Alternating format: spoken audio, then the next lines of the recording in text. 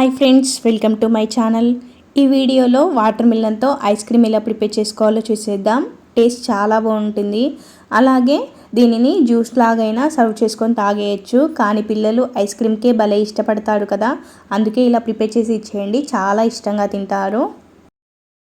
దానికోసం half water melon తీసుకొని ఇలా చిన్న చిన్న ముక్కలుగా కట్ చేసుకోవాలి.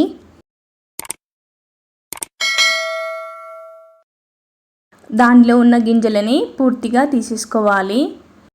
ఇప్పుడు మిక్సీ జార్లో మనం గింజలను తీసుకున్న వాటర్ మిలన్ ముక్కలని ఇందులో వేసుకోవాలి.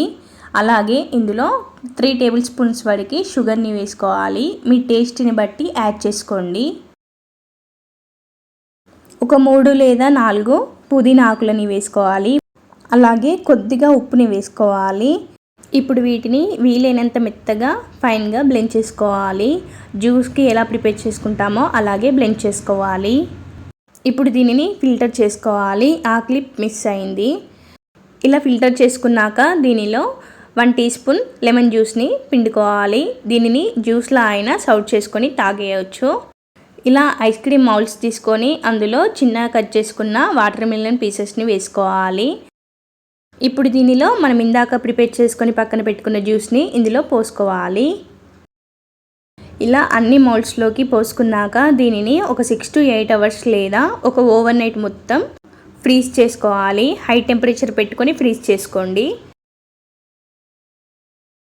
ఓవర్ నైట్ తర్వాత వీటిని ఇప్పుడు డీమౌల్డ్ చేసుకోవాలి.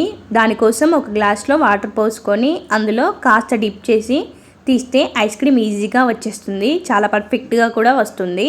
చాలా సింపుల్గా బయటికి వెళ్ళే పని లేకుండా ఈ సమ్మర్లో పిల్లలు ఐస్ క్రీమ్ అని ఏడుస్తుంటే ఇలా వాటర్ మిలన్తో ఐస్ క్రీమ్ ప్రిపేర్ చేసి ఇచ్చేయండి, చాలా ఇష్టంగా తింటారు. తప్పకుండా వెంటనే మీరు కూడా ఈ water melon ice cream try చేయండి. ట్రై చేసి ఎలా ఉందో కామెంట్ చేయండి.